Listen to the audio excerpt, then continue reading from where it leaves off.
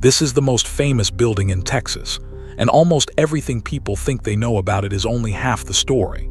It is smaller than you expect, quieter than you expect, and it sits in the middle of a modern downtown with hotels and traffic lights on every side. It began as a Spanish mission more than 300 years ago, long before a single shot was fired here.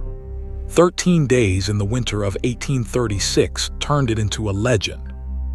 This evening, we are walking Alamo Plaza in San Antonio, in the soft light of a January afternoon, to find the real place behind the myth.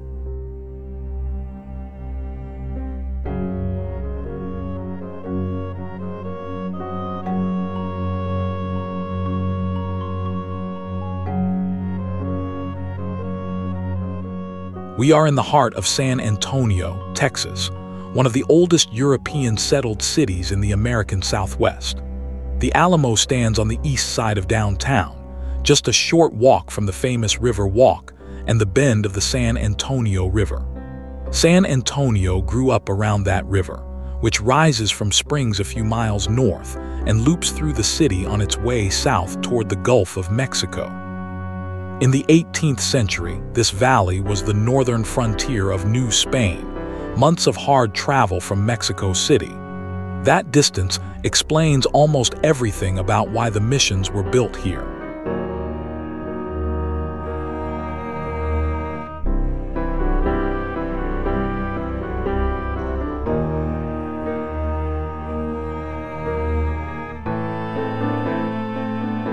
There it is, the famous limestone front, glowing almost gold in the late light. The church is surprisingly small, barely taller than the live oaks beside it, and the whole historic site covers only about 5 acres.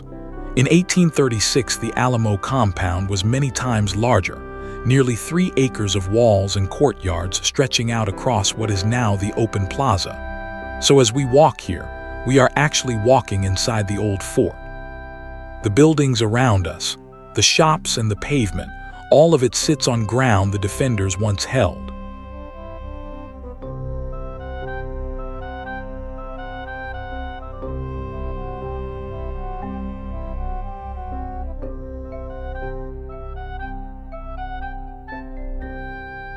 The story starts in April of 1718, when a Franciscan priest named Antonio de Oliveros, with the support of the Governor Martin de Alarcon, founded Mission San Antonio de Valero near the springs of the San Antonio River.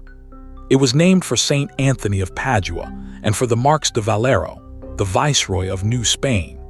Its purpose was religious and political at once, to bring local native families into mission life and to anchor Spain's claim to Texas. The same week, a small military settlement was founded nearby, the seat of the town of San Antonio. Nobody involved imagined they were founding a battlefield.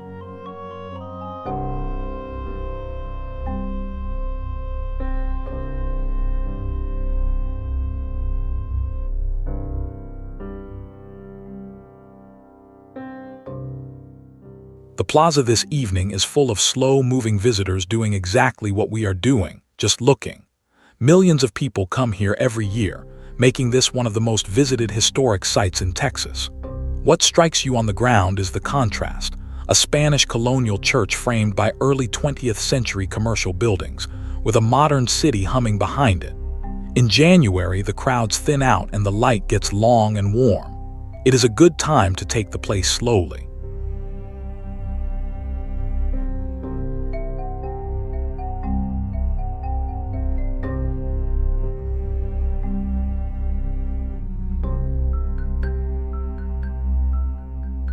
The mission moved a couple of times in its first years, and settled on this spot in 1724, after a storm wrecked the earlier site. The location was chosen for water. Missions were farming communities, and the Franciscans and mission residents dug irrigation ditches called acequias that carried river water to fields of corn and beans. By the 1740s, the mission ran herds of some 2,000 cattle and 1,300 sheep on surrounding ranch land. Stone by stone, a walled village grew here, with workshops, granaries, living quarters, and eventually a church.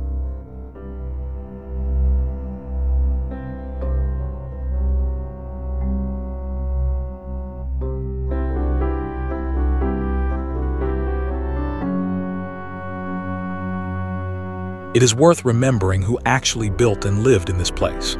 The mission residents were local native people, largely from small Cohue-Iltecan-speaking bands of the South Texas brush country, who came in for food, protection, and community as their old world was disrupted. At its height in 1756, around 328 people lived here, farming, herding, weaving, and cutting the limestone we still see today. Mission life was hard, and disease took a heavy toll, but their labor and their descendants are woven into the history of San Antonio. The walls around us are their work as much as anyone's.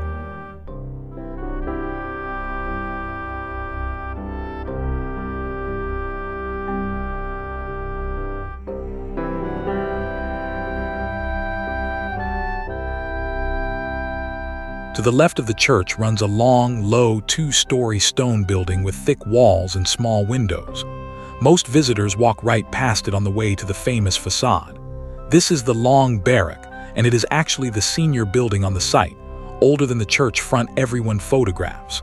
Its rough limestone has been a convent, a fortress, a warehouse, and a museum. If any single structure holds the whole story of the Alamo, it is this one.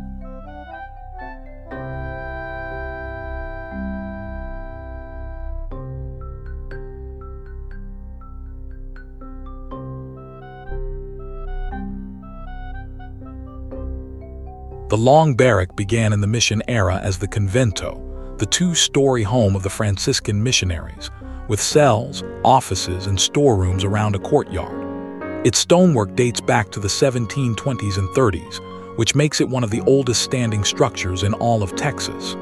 Later, soldiers turned it into a barracks, and in 1836 it saw some of the most desperate fighting of the final assault. Today it houses a museum of the site's long history. 3 centuries of Texas can be read in one wall.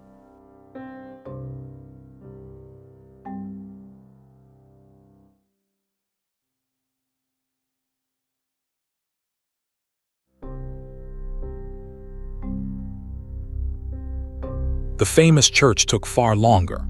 The first stones were laid in 1744, but that early building collapsed, and reconstruction began again in 1758.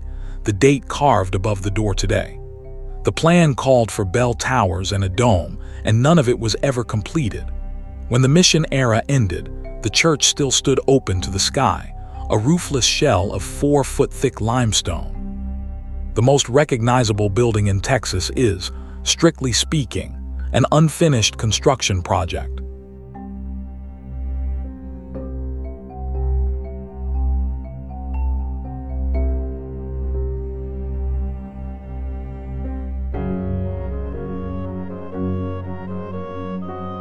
Up close, the stone front rewards a slow look.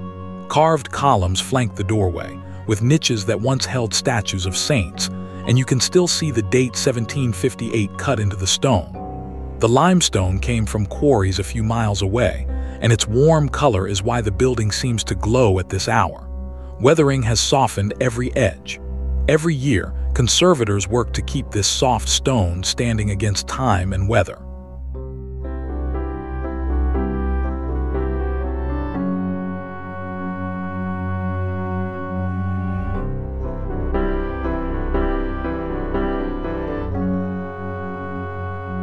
By 1793, Spain closed the mission and divided its lands, and the religious chapter of this place ended.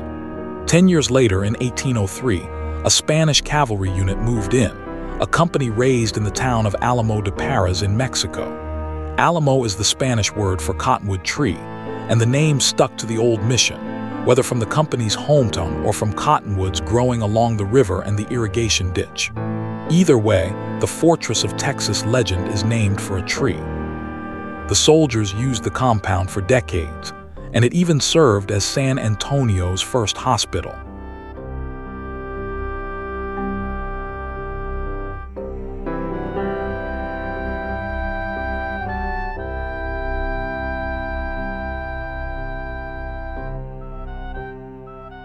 Behind and beside the church, the grounds open into gardens that feel a world away from the plaza.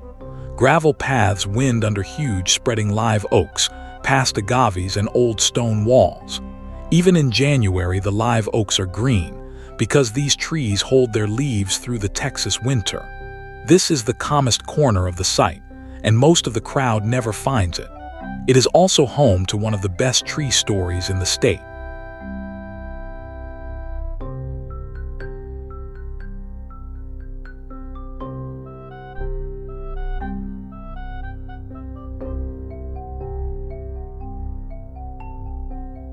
The grand live oak shading the courtyard did not grow here at all.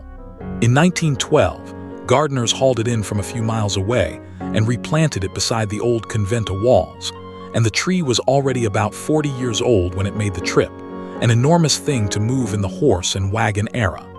It survived the transplant and has now stood here for more than a century, its limbs propped on posts and stretching wider than the building beside it. Visitors often assume it witnessed the battle. It did not, but it has watched over the Alamo longer than almost anyone now alive.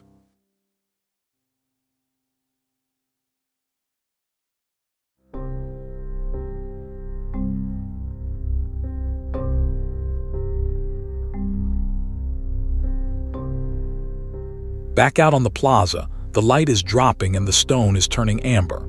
It is hard in this calm to picture what happened on this ground. By the 1830s, Texas was part of the young nation of Mexico, and thousands of American settlers had poured in.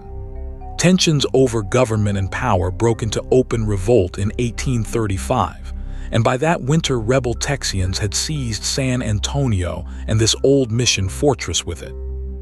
The quiet plaza we are crossing was about to become the most famous battlefield in North America.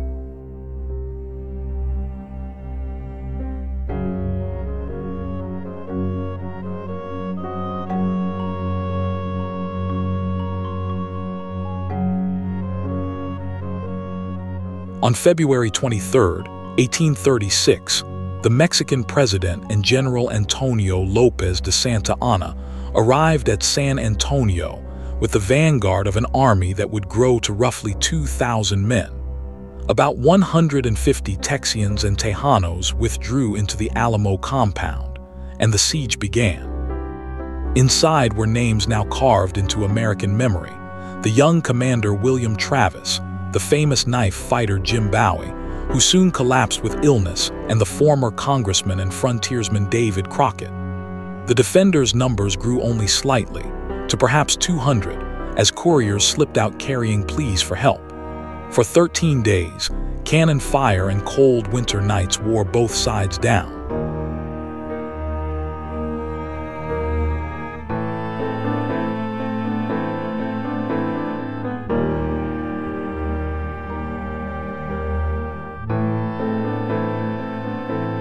From inside the walls, Travis wrote a letter addressed to the people of Texas and all Americans in the world, vowing that he would never surrender or retreat, and signing it victory or death. It became one of the most famous letters in American history. While the siege dragged on, delegates meeting far to the east declared Texas an independent republic on March 2nd, though the men inside the Alamo likely never knew it. A band of about 32 volunteers from the town of Gonzales broke through the lines to join the garrison, the only help that ever came. The rest of Texas was simply too far away.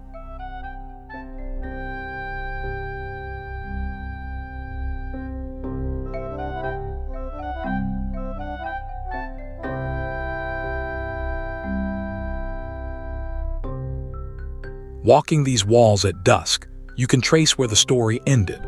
The final assault came before dawn on March 6th, in darkness and cold, very much like a January evening here. It was over in roughly an hour. The defenders, likely somewhere around 200 men, were killed to the last combatant, with the final fighting surging through the long barrack and the church behind us. Santa Anna's army paid heavily, with hundreds of soldiers killed or wounded in the assault.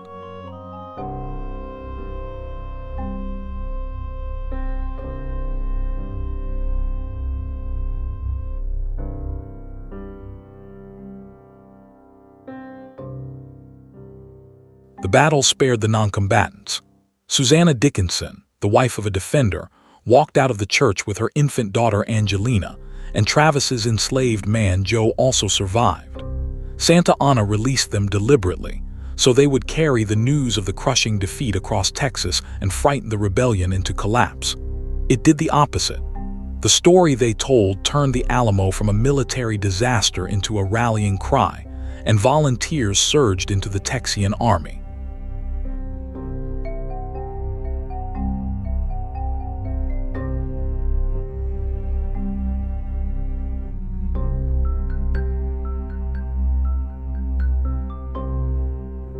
Six weeks later, on April 21, 1836, the Texian army under Sam Houston surprised Santa Anna's force at San Jacinto, near present-day Houston. The battle lasted about 18 minutes, and the men attacked shouting, "Remember the Alamo." Santa Anna was captured, and Texas won its independence, becoming a republic that would join the United States 9 years later. The 13 days here had bought the revolution its army and its anthem. That is the essential arc of the battle, and the reason this small stone church became a shrine.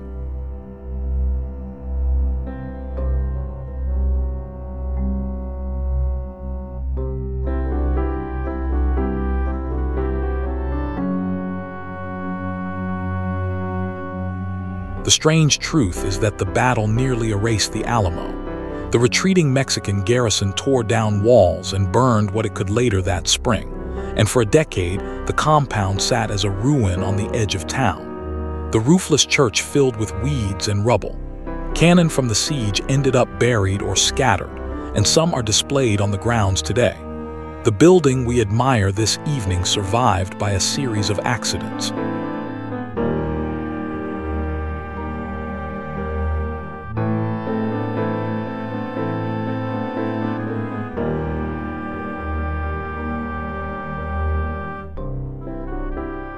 Rescue came from an unlikely direction: the United States Army, which moved into San Antonio in the 1840s and turned the old mission into a supply depot.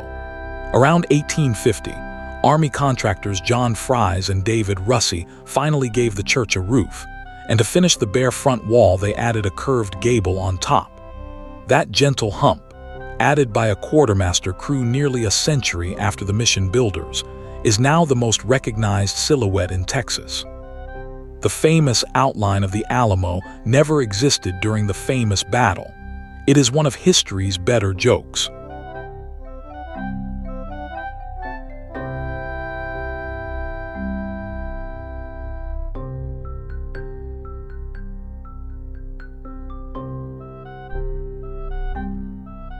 From the middle of the plaza you get the classic postcard view, the curved parapet against the sky, framed by flags and live oaks. Stand here and you are also standing in a former shopping district, because after the army left in the 1870s, this sacred ground went commercial. The state bought the church in 1883 for $20,000, but the rest of the compound was private property. The long barrack beside it spent decades as a grocery warehouse. What happened next is the second great battle of the Alamo.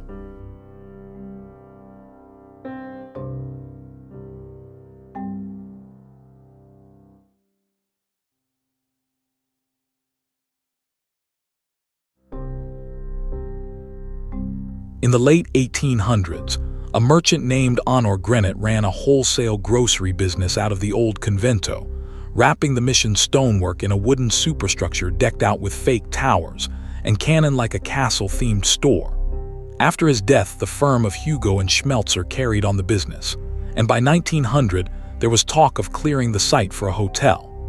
The oldest walls in Texas were hidden inside a warehouse and priced for demolition. Preservation was not yet an American habit. It took two remarkable women to invent it here.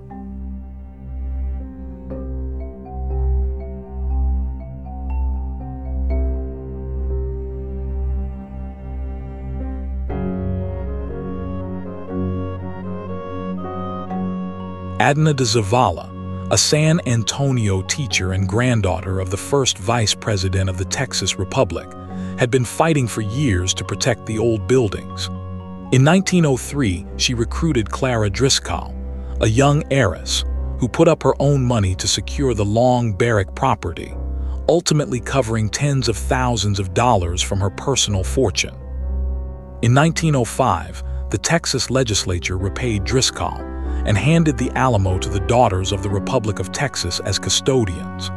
The two women later split bitterly over how the site should look, and in 1908 de Zavala barricaded herself inside the long Barrack for 3 days to stop changes she opposed. Between them, they saved what we are walking through tonight.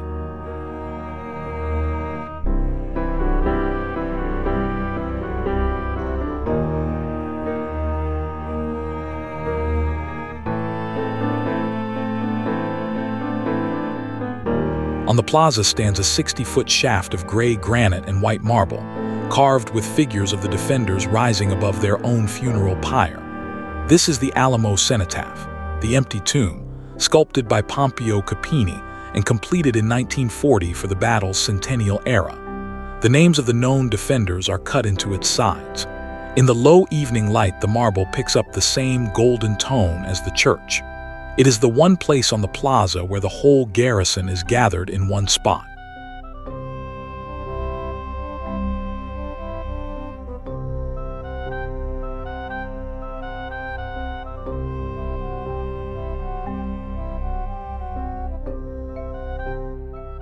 The 20th century slowly turned the Alamo from a curiosity into a shrine. It was declared a National Historic Landmark in 1960 and placed on the first National Register of Historic Places in 1966. In 2015, the state of Texas moved its care to the General Land Office, and work continues today to restore the plaza and tell the site's full 300-year story, not just the battle. Debates still flare over every change, which is fitting. Texans have been arguing about how to remember this place for more than a century, because remembering it is the point.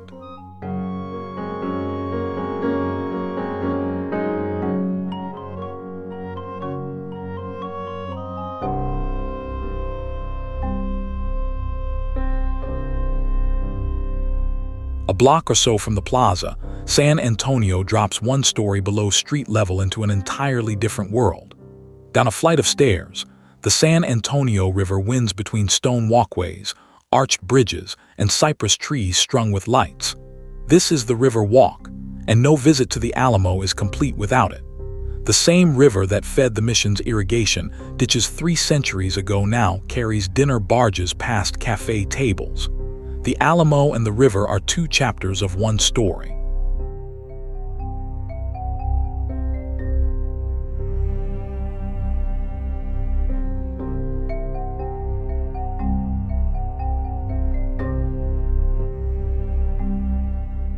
The River Walk exists because of a disaster.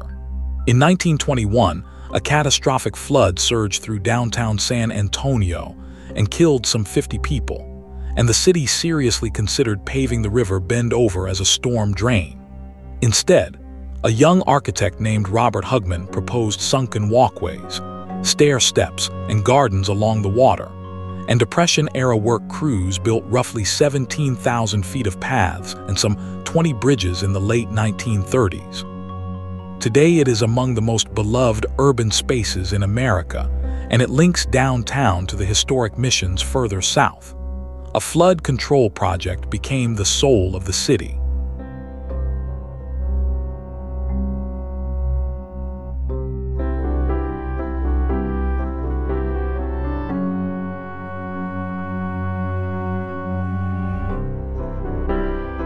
Here is the fact many visitors miss. The Alamo is not alone. 4 sister missions, Conception, San Jose, San Juan, and Espada, still stand along the river south of downtown, with active parish churches and a hiking and biking trail connecting them. In July of 2015, all 5 San Antonio missions together were named a World Heritage Site, the first and only one in Texas, placing them alongside the pyramids and the Great Wall. The committee honored not the battle but the blending of Spanish and native cultures that built these communities. The Alamo earned its place on that list as a mission, not a fortress.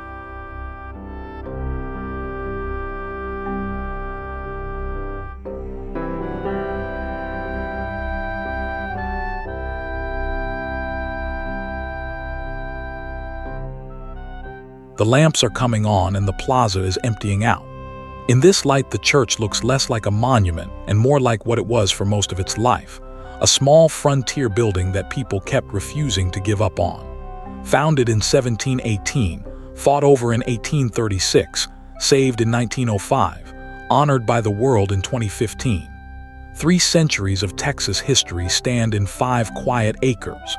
Some places you visit for the view, and this one you visit for the wait.